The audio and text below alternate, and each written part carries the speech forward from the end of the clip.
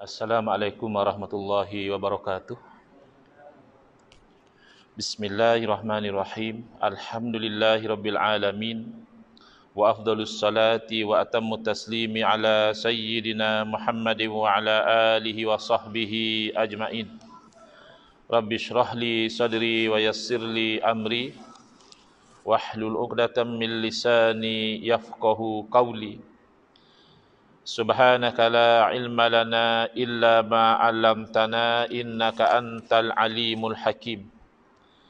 Allahumma akhrijna min zulumatil wahmi wa akrimna binuril fahmi waftah alaina bima'rifatil ilmi wa sahhil akhlaqana bil hilm waj'alna mimman yastami'una al-qawla fayattabi'una ahsanah. Allahumma ati nufusana taqwaha wa zakkiha anta khairu man zakkaha anta waliyuha wa maulaha. Allahumma arinal haqqa haqqan warzuqna ittiba'ah wa arinal batila batilan warzuqna ijtinabah. Allahumma anfa'na bima 'allamtana wa 'allimna ma yanfa'una wa zidna ilman wa huda, amma ba'd. Alhamdulillah, muslimin muslimat, hadirin hadirat yang saya hormati, moga-moga kita semua dirahmati dan diberkati oleh Allah Subhanahu wa taala. InsyaAllah pada malam ini kita akan menyambung pengajian kuliah Maghrib bulanan hari Jumaat yang ketiga, anjuran Masjid Al-Khairiyah, Keramat EU3. Masih lagi kita menggunakan kitab Kekeliruan Umat, inilah jawapannya, susunan Al-Fadil Ustaz Muhadhir bin Haji Jul hafizahullahu ta'ala wa nafa'ana bihi wa bi'ulumihi fid daraini amin. Kita masih lagi di dalam bab yang ke-8 ya, yang mana Al-Fadhil Ustaz Muhadhir memasukkan isu-isu yang boleh menimbulkan kekeliruan dari segi hukum sesuatu amalan. Subtopik yang ke-16 di muka surat 196 iaitu isu membaca surah Yasin pada setiap malam Jumaat. Kenapa dimasukkan? Kerana ada sebahagian umat Islam, mungkin tidak ramai, tetapi ada yang mendakwa bahawa mengamalkan membaca Yasin pada malam Jumaat itu adalah perbuatan bid'ah. Ya, tidak ada dalil. Kata mereka bukan baca Yasinnya tu, baca Yasin tak masalah. Tetapi menkhususkan malam Jumaat untuk baca Yasin, kata dia tidak ada dalil. Benarkah tidak ada dalil? Baik, yang pertama, kita kena faham bahawa membaca Al-Quran ini adalah ibadah. Dan kita sama-sama setuju bahawa al-aslu fil ibadat at-tauqif. Asal di dalam urusan ibadah itu tauqif, yakni terhenti kepada dalil. Tidak boleh kita itu mereka-reka ibadah sesuka hati kita. Ya, ibadah ini dia terhenti kepada dalil. Yang ini kita sepakat ya, tidak ada pertikaian.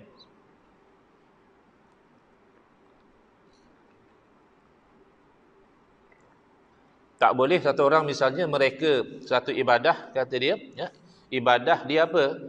Setiap 12 tengah hari misalnya, berdiri di tengah panas terik matahari untuk mendapat ridha Allah Ta'ala. Ini mana dalilnya? Mana sandarannya?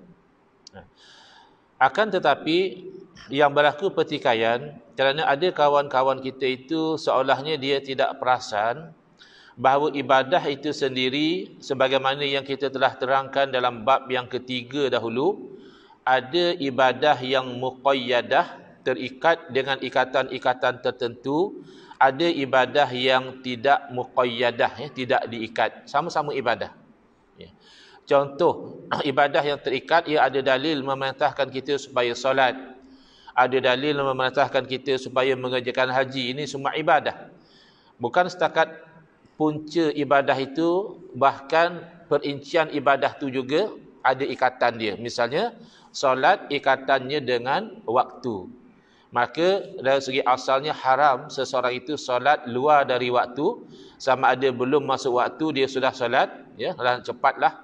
Malam ni banyak urusan, solat maghrib siap-siap pukul 6 tadi. 6 tadi ada masa lapang. Nanti lepas pukul 7 dah sibuk. Kita semayanglah dulu, maghrib pukul 6 tu tak boleh. Belum masuk waktu dia lagi. Ataupun oleh kerana sibuk maghrib, alah nanti je lah, sekali dengan isyak saja. Pun tak boleh. Yang boleh itu kalau yang memang diberi pengecualian, umpama orang yang musafir, boleh dia sembahyang misalnya asar sebelum waktu, iaitu jamak takdim dengan zuhur, atau sembahyang zuhur lepas waktu, iaitu jamak takhir dengan asar. Itu exceptional. Kemudian ada yang diikat dengan tempat seperti ibadah haji. Ibadah haji mesti tempatnya itu di Kaabah. Ada dahulu, tak tahulah kalau ada lagi atau tidak, satu ajaran nama ajaran taslim di Pulau Pinang, di kampung seronok. Seronok sungguh lah. Pasal ibadah ni tak payah betul-betul buat, pakai niat cukup. Yang haji lagi bagus, lagi sempoi. Haji di Pulau Pinang je. Tak payah susah-susah nak visa, nak kota, nak apa. Buat haji di Pulau Pinang itu bid'ah sayyi'ah dalalah. Kerana haji ini diikat dengan tempat. Jangankan kata haji di Pulau Pinang, haji di Madinatul Munawwarah juga bid'ah sayyi'ah. Yang orang pergi ke Madinah bukan haji, itu pergi ke Masjid Nabawi dan ziarah kepada makam Nabi SAW. Bahkan kalau sudah elok pergi haji ke Kaabah sekalipun, tapi time wukuf dia tengok ramai orang di Arafah, maka dia pergi wukuf di Mina misalnya. Maka itu bid'ah yang sayyi'ah, tidak sah haji dia. Diikat dengan bilangan, misalnya rakaat solat, ya, tak boleh kita pandai-pandai tambah atau kurangkan. Kadang-kadang ada kawan kita kata, kalau memang konsepnya asalkan baik boleh buat, kenapa kita tak buat solat subuh 4 rakaat? Ini soalan yang terbit daripada gagal faham. Bila kita kata asalkan baik boleh buat, baik maknanya dari segi syariat. Bukan baik hanya ikut suka hati kita, tidak. Ikut suka hati kita, ya mungkin kalau 2 rakaat pun dah bagus, 4 lagi bagus. Tidak. Kerana sembahyang ini muqayyadah, diikat antara lain dengan bilangan rakaat. Ada yang diikat dengan keadaan. Misalnya solat, keadaannya mesti suci dari hadas. Ya, kalau tak sah sembahyang. Keadaannya mesti menghadap kiblat.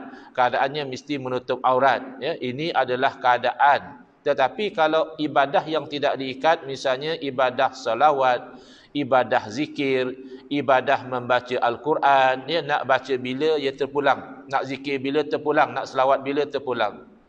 Nak selawat, zikir, baca Quran di mana, secara umumnya di mana-mana pun boleh. Tak mesti di Kaabah atau di Arafah. Tak mesti. Kemudian, nak zikir banyak mana, nak baca Quran banyak mana, nak selawat banyak mana, secara umumnya ia terpulang. Kecuali memang zikir yang telah disebut oleh Nabi SAW bilangannya, maka itu kita raikan bilangan sebab nak kejar fadilat. Misalnya Nabi SAW bagi tahu lepas sembahyang maghrib, la ilaha illallah wahdahu la syarikalah, lahul mulku wa lahul hamdu yuhyi wa yumitu wa huwa ala kulli syai'in qadir, 10 kali. Maka kita usahakan 10. Dijanjikan diberi 10 kebaikan, dihapuskan 10 kejahatan, dinaikkan 10 darajah dan dihapuskan diberi perlindungan daripada syaitan dan perkara-perkara yang dibenci. Baik. Kemudian nak zikir dengan lafaz yang macam mana, asalkan zikir silakan. Subhanallah boleh, alhamdulillah boleh, Allah akbar boleh, astaghfirullah boleh, wala haula wala quwata illa billah, subhanallah bihamdihi subhanallahil azim. Ya, Allah boleh. Asalkan zikir. Selawat dengan selawat yang warid daripada Nabi SAW bagus. Selawat dengan selawat yang disusun oleh sahabat boleh. Selawat yang disusun oleh para ulama boleh. Selawat kita sendiri pun boleh, dengan asal itu dengan makna selawat mendoakan buat Nabi SAW. Maka begitulah membaca Al-Quran. Berarti nak baca malam Jumaat boleh, malam Khamis boleh, ya, malam Rabu boleh, pagi boleh, petang boleh, iaitu tidak terikat. Baik. Jadi mereka kata, kami pun faham. Kami faham boleh baca Yasin dan boleh baca Yasin malam Jumaat. Yang kami tak setuju mengkhususkan tu. Mengkhususkan malam Jumaat tu yang tak ada dalil. Baik. Kita juga setuju dengan apa yang dia kata, cuma kita nampak maksud mengkhususkan tu agak kabur di sisi dia. Dia ingat bila asal malam Jumaat baca itu sudah mengkhususkan. Di sisi kita itu bukan mengkhususkan. Itu maknanya mengekalkan, membiasakan beramal dengan satu amalan secara konsisten. Mengkhususkan kalau begini, dikatakan oleh satu orang, nak baca Yasin jangan baca malam lain. Hanya malam Jumaat saja baca Yasin. Ini tidak betul. Kenapa? Kerana tidak ada dalil. Ya, malam Khamis boleh baca Yasin, malam Rabu boleh baca Yasin, setiap hari boleh baca Yasin. Atau satu orang tiba-tiba dia mendakwa nak baca Quran malam Jumaat boleh. Syaratnya Yasin. Jangan baca surah lain. Kalau malam Jumaat mesti baca Yasin. Itu juga tidak betul. Kerana tidak ada dalil. Ya, baca Yasin malam Jumaat boleh, Al-Kahfi juga boleh, Waqiah juga boleh, Al-Mulk juga boleh, bahkan nak baca Al-Baqarah pun boleh malam Jumaat, tak ada masalah. Jadi yang dilakukan oleh umat Islam ini sebenarnya membiasakan diri. Maka ini ada harapan dikasihi oleh Allah Subhanahu Wa Taala berdasarkan hadis Nabi sallallahu alaihi wasallam, ahabbul a'mali ilallahi adwamuha wa in qalla. Sekasih-kasih amalan kepada Allah Taala adalah yang paling berkekalan walaupun sedikit. Kan baca Yasin seminggu sekali itu sedikit. Sepatutnya baca Yasin tiap-tiap malam. Tapi walaupun sedikit, istiqamah. Asal malam Jumaat baca, asal malam Jumaat baca. Jadi ini termasuk amalan yang walaupun sedikit, tapi yang adwamuha, yang paling berkekalan. Semalam, hari Khamis, malam Jumaat, saya diminta kuliah khas di sebuah surau di seksyen 18, Shah Alam. Lepas sembahyang, rupanya masih lagi jemaah situ nak buat tahlil. Kerana memang dah terbiasa. Tahlil pada malam Jumaat. Tajuk yang saya suruh ceramah pula tajuk bid'ah. Jadi kan ada orang kata, kalau asal malam Jumaat tahlil, asal malam Jumaat tahlil itu bid'ah. Jadi kita terangkan tak ada masalah. Kalau niat dia itu bukan kerana mesti malam Jumaat tahlil, tapi dia nak mengekalkan amalan yang dia sudah biasa buat, maka itu baik. Mengkhususkan, memang perlu kepada dalil. Kalau ada orang mendakwa malam Jumaat hanya boleh baca Yasin, sila bawa dalil. Kalau ada orang mendakwa nak baca Yasin mesti malam Jumaat, sila bawa dalil. Kalau tak ada dalil, dakwaan demikian batil, salah, paling tidak khata'. Itu satu kesalahan. Tapi kalau nak membiasakan diri, silakan. Itu berdasarkan kepada membaca Quran ini tidak terikat, maka boleh biasakan baca Yasin pada malam Jumaat. Ini umum. Yang khusus ini dalilnya. Hukumnya boleh dan tidak ada larangan. Apakah hukum membaca surah Yasin beramai-ramai pada malam Jumaat? Seperti yang selalu dilakukan di negara kita, bahkan di negara jiran juga begitu. Jawapan, hukumnya boleh. Baca Quran itu sunat. Tapi baca setiap malam Jumaat itu boleh, tak ada larangan. Malah akan diberi pahala pada bacaan mereka. Dan lagi satu, ada hadis yang menjadi dorongan dan galakan baca malam Jumaat, iaitu disebut oleh Al-Imam As-Suyuti rahimahullah ta'ala di dalam kitabnya Khususiyat Yaumil Jum'ah. Kekhususan, kelebihan-kelebihan, benda-benda yang istimewa pada hari Jumaat. Beliau menulis, Al-Imamul Baihaqi rahimahullah ta'ala, ulama hadis, di dalam kitab Asy-Syu'ab telah mentakhrijkan daripada Sayyidina Abu Hurairah radhiyallahu anhu bahawa Rasulullah SAW bersabda, Man qara'a lailatal jumu'ati hamim ad-dukhan wa yasin asbaha maghfuran lahu. Barang siapa yang membaca pada malam Jumaat surah Ad-Dukhan dan juga surah Yasin, maka berpagi-pagi dia itu dalam keadaan dosanya telah terampun. Jadi, kalaupun kita katakan hadis ini hadis yang dhaif sekalipun, kerana kita ingat hadis dhaif bukan maudhu'. Maudhu' ni palsu. Orang kata Nabi bersabda, sebenarnya bukan. Tetapi kalau hadis itu dhaif daripada satu sudut sama dengan hadis sahih. Sama macam mana Ustaz? Kau ini sahih, ini dhaif, mana boleh sama? Sama dari satu sudut. Sudut yang mana? Iaitu sama-sama kedua-duanya hadis ahad. Kalau hadis mutawatir, hadis yang diriwayat oleh bilangan yang begitu ramai, sekira-kira tengok pada bilangan perawi, tak mungkinlah seramai itu tersilap atau terlupa, maka itu statusnya yakin. Qat'i. Ya, mutawatir yufidul qat'a. Sesuatu yang diriwayat secara mutawatir, dia menghasilkan kepastian. Al-Quran semua mutawatir. Hadis ada yang mutawatir, maka pasti itu daripada Nabi SAW. Tapi banyak hadis tidak mutawatir. Hadis ahad diriwayat oleh 1-2 orang, tak ramai. Ya, tak sampai bilangan mutawatir, tak sampai 5 ke atas. Ya. Maka di situ kan ada keraguan, seorang dua ni kotlah dia terlupa, kotlah dia tersilap. Ya. Maka ada keraguan di situ. Habis tolaklah hadis sebab keraguan? Tidak. Bila ada keraguan, bukan makna hadis itu tertolak. Makna ulama kena kerja lebih. Kalau hadis mutawatir, dah terima saja. Dah yakin daripada Nabi. Tinggal nak tengok makna dia. Tapi oleh kerana hadis ni ahad, ulama terpaksa kerja lebih, iaitu mengkaji kualiti perawi. Perawi ni bagus keingatan dia, boleh dipercayaikah orangnya. Ya. Dan mengkaji, dia panggil apa? Chain of narration tu, sanad. Silsilah tu. Bersambung ke ada terputus di mana-mana? Kalau bersambung, ia bagus. Kalau terputus, itu satu kelemahan. Maka mengkaji itu, kalau didapati kualiti perawinya bagus, sanadnya juga bersambung elok, maka kemungkinan besar Nabi SAW sebut hadis itu. Inilah namanya sahih. Bukan kata sahih itu yakin, tidak. Tapi kemungkinan besar Nabi kata, maka wajib beramal. Ghalabatuz zan, berat sangkaan. Sementara hadis yang dhaif, ada kemungkinan Nabi kata, tapi perawinya ada yang pelupa, ya. Perawinya ada yang tersilap, ya. Maka kemungkinan Nabi SAW kata itu tidak sebagus hadis yang sahih. Sama-sama ada keraguan. Okey, beza hadis sahih, kemungkinan Nabi sebut hadis itu tinggi. Maka ulama mewajibkan beramal dengan hadis sahih.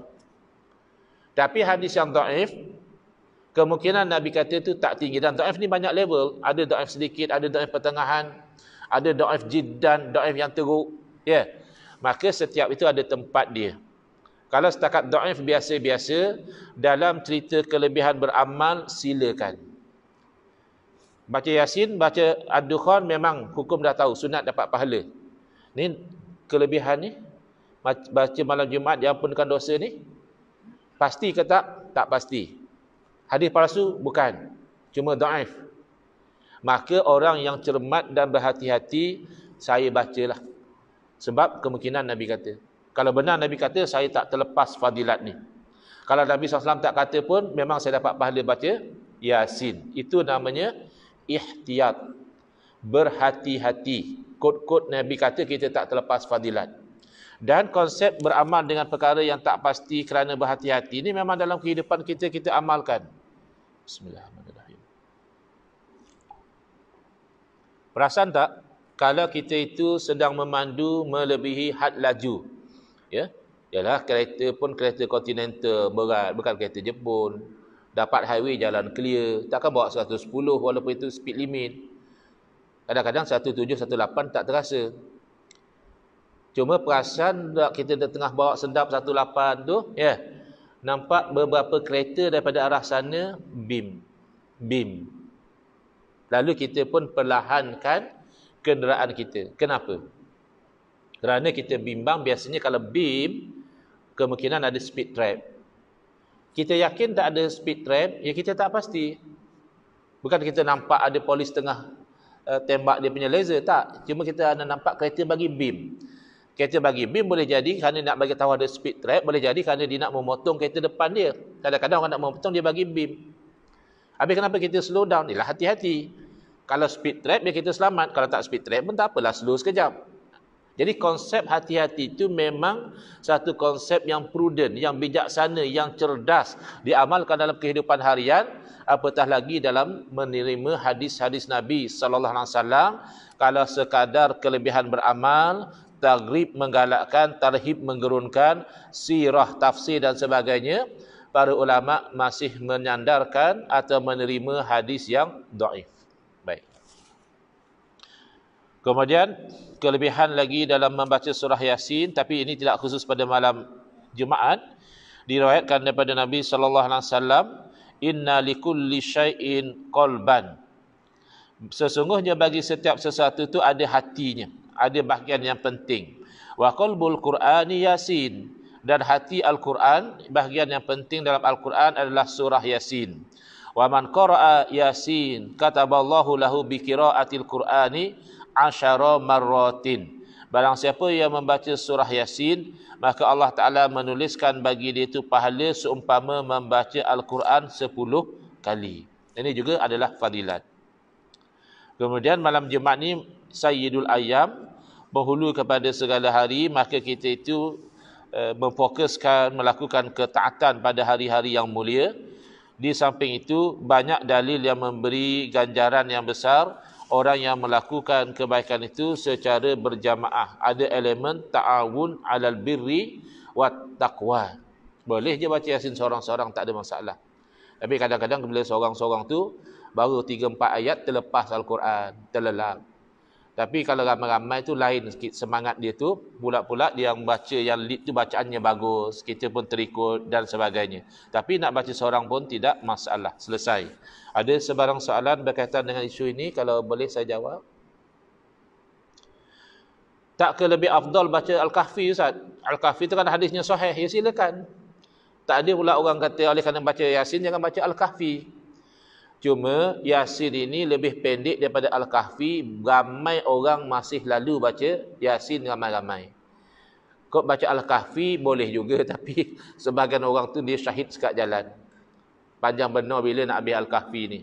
Tapi untuk yang nak beramal, benar hadis berkaitan baca fadilat surah Kahfi ini dari segi kekuatannya lebih kuat, maka jangan ditinggalkan baca suratul Kahfi pada siang ataupun malam Jumaat. Yang dah biasa baca Yasin dia teruskan. Tambah lagi dengan Al-Kahfi. Maka itu sebaiknya. Yang kita bimbang, yang sunnah adalah Kahfi. Yasin dalilnya tak kuat. Lah apa pun tak baca, Kahfi pun tak baca, Yasin pun tak baca. Itu rugi. Pilih yang kita boleh istiqamah, itu yang terbaik. Tapi Al-Kahfi itu ada fadilat yang khusus ya, insya-Allah. Selesai. Muka surat 198, Tarhim. Tarhim ini saya perhatikan dah agak kurang ya diamalkan, dulu kerap, iaitu sejenak sebelum masuk waktu subuh, katakan setengah jam macam itu, maka Bilal akan mengalunkan selawat, istighfar, munajat dan ya arhamar rahimin irhamna. Itu namanya tarhim. Ya, wahai yang maha pengasihan belas, kasihan belaslah kepada kami. Baik. Jadi apa hukum tarhim? Ada orang kata tak boleh, itu bid'ah, tak ada dalil, zaman Nabi tak berlaku. Baik. Apa hukum tarhim? Jawapan, tarhim itu apa dulu? Tarhim ialah suara yang dikumandangkan dari masjid atau surau lebih kurang 30 atau 15 minit sebelum masuk waktu salat subuh. Kenapa dikumandangkan? Dengan tujuan untuk mengejutkan orang Islam supaya bersiap sedia menunaikan solat subuh. Ya. Sebab boleh saja kejut dengan azan subuh pun boleh.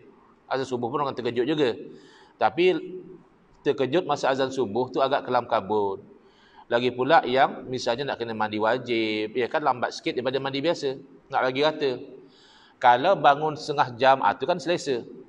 Just nice, selesai mandi apa semua, mungkin sempat lagi solat tahajud 2 rakaat, witir 1, pergi ke masjid, selesa. Jadi ini ada sebenarnya di zaman Nabi SAW, tetapi bukan tarhim. Apa dia? Azan pertama. Jadi kenapa kita kata sunat? Kerana elemen yang ada pada azan pertama itu ada pada tarhim, iaitu membantu mengejutkan mereka yang ingin mendirikan qiyamul lail ya.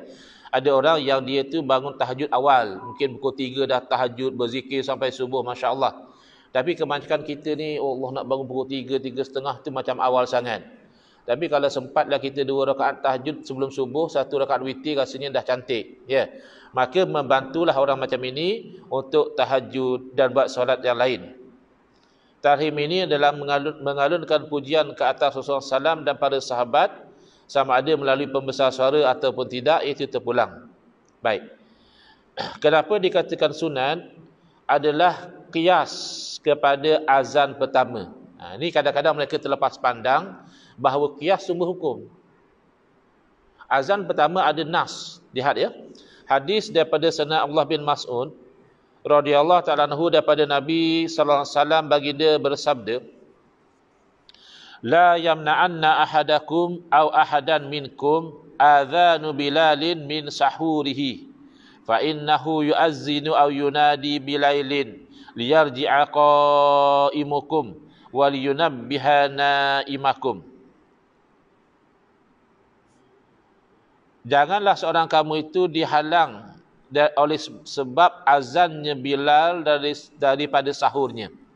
Maknanya kalau dengar Bilal azan, kamu tengah sahur, jangan terus-terus berhenti, teruskan. Ya, ada makanan tu habiskan.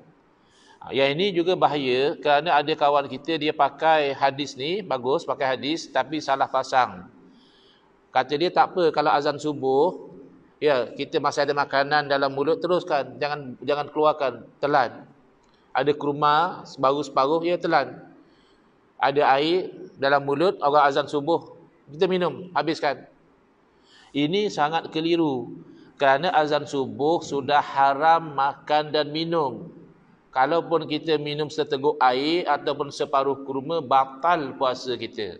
Habis ini Nabi SAW kata jangan berhenti sahur. Azan Bilal adalah azan sebelum masuk waktu. Azan Ibn Ummi Maktum yang tu baru azan masuk waktu.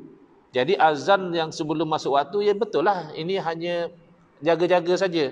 Dah dekat nak subuh, bolehlah tekan break. Tapi tak perlulah terus-terus nak berhenti sahur. Habiskan dulu air tu, habiskan kurma tu. Tapi nak tambah lagi seperiuk biryani, tu tak sempat lah. Begitu.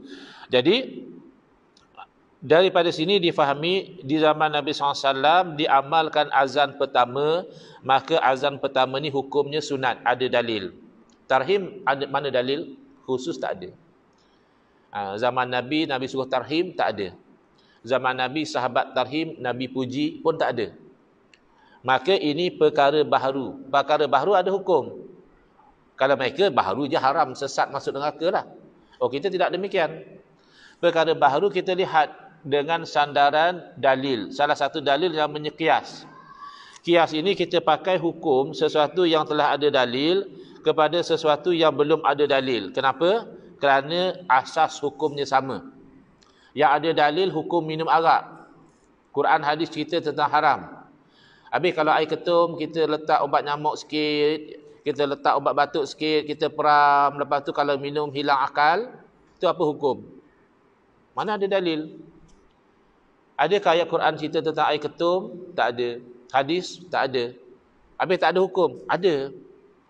Setiap perbuatan mukallaf tu ada hukum dia, paling tidak harus. Tetapi para ulama mengkaji, mereka dapati air ketum yang diperam sedemikian rupa ada asas hukum yang sama, iaitu memabukkan. Maka sebagaimana arak itu haram dengan nas, maka minum air ketum juga haram dengan kias. Mana persamaan? Sama-sama memabukkan. Maka sebagaimana azan pertama itu sunat dengan nas, maka tarhim itu sunat dengan qiyas. Mana asasnya? Sama-sama membantu mengejutkan orang Islam untuk beribadah, untuk berhenti sahur, untuk itu dan ini sama saja. Maka hukumnya sama. Baik. Jadi ketika saya berdiskusi isu ini, saya sebutkan demikian bahawa ini adalah dengan jalan qiyas. Tahun 2016 saya diskusi dengan Dr. Rozaimi tentang isu bid'ah hasanah. Jadi saya sebutkan tarhim ini sunat dengan jalan qiyas. Tak tahulah siapa tulis lepas daripada diskusi itu, katanya, kalau bab usul fiqh Ustaz Engku tu nampak macam dia lebih mahir lagi. Dia katalah, bukan saya kata. Jadi Dr. Razami komen lah, dia kata kalau nak kira usul fiqh, ni dia kaedah dia kata. La qiyasa fi mauridin nas. Tak ada kias di tempat yang sudah ada nas. Jadi dia beliau tak setuju. Kenapa? Kerana dah ada nas tentang azan pertama. Maka tak boleh kias tarhim. Baik.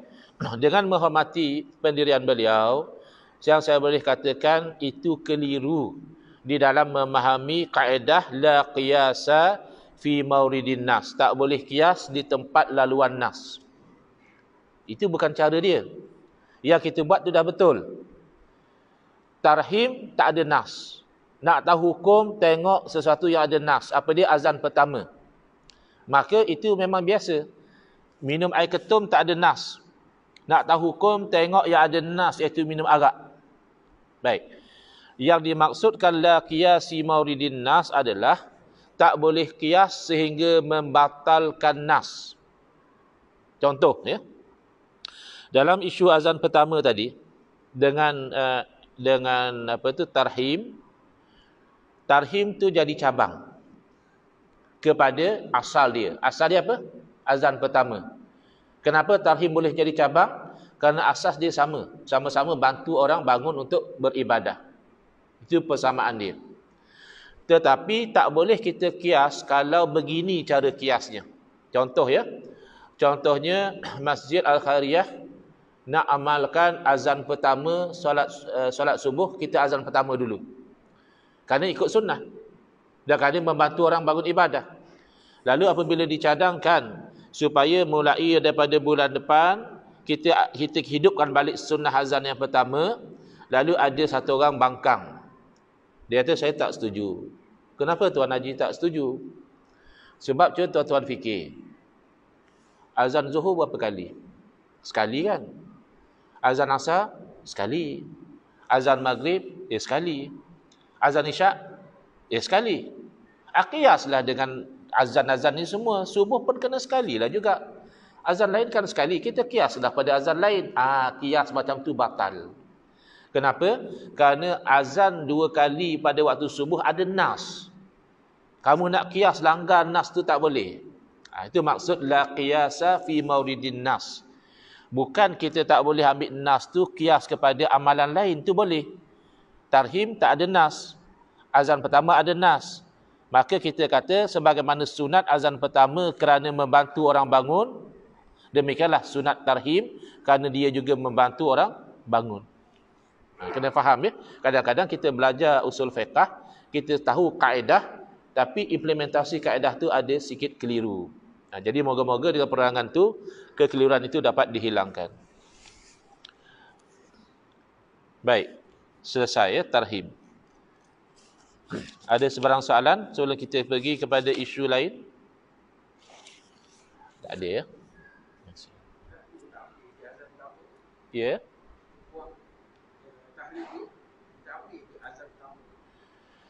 Soalannya, kita tak payah tarhim, kita azan pertama je. Boleh? Itu bagus. Kalau tarhim, sunatnya dengan qiyas. Kalau azan pertama, sunatnya dengan nas. Jadi kalau kita kata kita tak amalkan tarhim lah. Kita hidupkan balik azan pertama. Bagus. Sunat dan sunnah. Kalau tarhim sunat, tapi bukan sunnah. Maknanya bukan zaman Nabi diamalkan, tidak. Cuma hukumnya sunat kerana qiyas. Tapi kalau azan pertama, sunat dan bahkan itulah sunnahnya di zaman Nabi SAW. Jadi kalau nak azan pertama tak mau tarhim, ya boleh, bagus. Gitu. Sini apa? Tarhim ke azan pertama? Ke apa pun tak. Tarhim pun tidak, azan pertama pun tidak. Ini AJK kena mensyarat lah. Hidupkanlah azan pertama tu. Tapi kalau nak hidupkan, saya cadangkan, kalau ada WhatsApp group, bagilah peringatan hari-hari. Kan hamba Allah tu semayang subuh sebelum masuk waktu. Dia tak biasa. Dengar-dengar azan terus semayang. Ya. Kalau nak hidupkan bagus, tapi benda yang orang dah biasa ni, nak buat perubahan, dia akan ada discomfort. Dia jadi, tak hamba aku dah semayang. Penat aku semayang belum waktu lagi. Announce dulu berkali-kali, katakan 1 bulan, dalam WhatsApp masuk sembahyang Jumaat, announce, mulai 1 hari bulan Julai, Masjid Al-Khairiyah akan hidupkan semula sunnah azan yang pertama. Ingat ya tuan-tuan, mulai 1 bulan Julai, azan yang pertama itu belum masuk waktu lagi. Misalnya, sebulan kita announce, 1 Julai kita hidupkan sunnah. Dia bagus. Bukan tak boleh hidupkan terus, tapi bimbang nanti orang itu ingat sudah masuk waktu lalu dia solat. Baik. Ada masa beberapa minit kita masuk sedikit, mungkin tak sempat habis, iaitu isu taswid. Apa dia taswid? Menyebut Sayyidina. Allahumma salli ala Sayyidina Muhammad. Boleh juga kita sebut Allahumma salli ala Muhammad. Kalau Allahumma salli ala Muhammad sahaja, selawat juga. Allahumma salli ala Sayyidina Muhammad pun selawat. Jadi tak ada masalah. Allahumma salli ala Muhammad boleh, Allahumma salli ala Sayyidina Muhammad juga boleh. Tapi ada orang kata tak boleh. Yang Sayyidina tu tak boleh, itu bid'ah. Tak ada Sayyidina ni. Jadi apa hukum? Soalan, bolehkah menambah Sayyidina kepada nama Rasulullah sallallahu alaihi wasallam? Apa makna Sayyidina? Sayyid tu makna tuan atau penghulu. Sayyidina makna tuan kami lah, penghulu kami, ketua kami. Ya? Ketika tasyahud, ketika berdoa, ketika memuji, boleh tak? Baik, jawapan. Sayyidina bermaksud penghulu kami atau ketua kami. Maka menyebut Sayyidina ini termasuk amalan yang sangat mulia dan dianjurkan, termasuk di dalam tasyahud awal, tahiyat dan tasyahud akhir. Kenapa mulia? Kerana ia merupakan salah satu bentuk penghormatan dan sanjungan serta adab kepada Nabi Muhammad sallallahu alaihi wasallam. Sebenarnya isu ni berbeza pandangan. Iaitu beza apa? Yang lebih patut, yang lebih aula, ittiba' atau ta'addub. Ittiba' makna ikut exactly macam Nabi buat. Itu lebih afdal. Atau ta'addub, beradab tu lebih afdal. Jadi beza sudut pandangan, tak perlu diperbesarkan. Yang dia pandang bahawa ittiba' lebih afdal, maka dia baca exactly macam Nabi SAW baca, Allahumma salli ala Muhammad. Nabi tak sebut Sayyidina. Sebab Nabi berdoakan diri bagi dia sendiri. Selawat ke atas penghulu kami. Nabi itu sendiri. Tapi mereka yang mendahulukan ittiba', kita ikutlah macam Nabi sebut. Boleh. Bagus. Ada yang mengatakan kan lebih beradab sesuai dengan hadis ana sayyidu waladi adam yaumal qiyamati. Saya adalah penghulu pada anak Adam pada hari kiamat. Wa awwalu man yanshaku anhul qabru. Awal-awal yang dia akan bangkitkan daripada kubur. Wa awwalu syafi'in wa awwalu musyaffa'. Awal-awal yang pertama memberi syafaat dan diberi hak untuk memberi syafaat. Jadi di sini sayyidu walidi ittiba'. Bolehkah kita dahulukan adab? Kalau ikut amalan sahabat ada Misalnya Sayyidina Abu Bakar radhiyallahu anhu, Nabi suruh duduk, Sayyidina Abu Bakar berundur. Bila Nabi datang, Sayyidina Abu Bakar berundur. Nabi tanya, apa yang menghalang kamu duduk jadi imam? Kenapa berundur? Saya dah bagi isyarat jangan undur. Maka adab daripada Sayyidina Abu Bakar, kata beliau, tak layaklah anak Abu Quhafah, iaitu beliau sendiri, menjadi imam kepada Rasulullah. Itu namanya adab. Nabi SAW minta Sayyidina Ali padamkan Rasulullah dalam perjanjian Hudaibiyah. Sebab orang kafir musyrik tak setuju. Dia kata kalau kami setuju kamu Rasulullah, kami tak lawanlah kamu. Kenapa letak Rasulullah padam? Rasulullah kata padam. Sayyidina Ali tak padam. Kerana beradab. Sebab memang Nabi Rasulullah. Akhirnya Nabi tanya, di mana yang tulis Rasulullah tu? Orang pun tunjuk di sini, ya Rasulullah. Nabi padam sendiri. Maka ada contoh sahabat mendahulukan adab berbanding ittiba. Wallahu a'lam. Bismillahirrahmanirrahim. Alhamdulillahirabbil alamin wassalatu wassalamu ala asyrafil anbiya'i wal mursalin wa ala alihi wa sahbihi ajma'in. Allahumma shrah sudurana wa ahsin akhlaqana wa azim ujurana wa nawwir qulubana bi nuri hidayatika kama natarda bi nuri syamsika abadan abada bi rahmatika ya arhamar rahimin. Walhamdulillahirabbil alamin. Amin ya rabbal alamin wal afu minkum.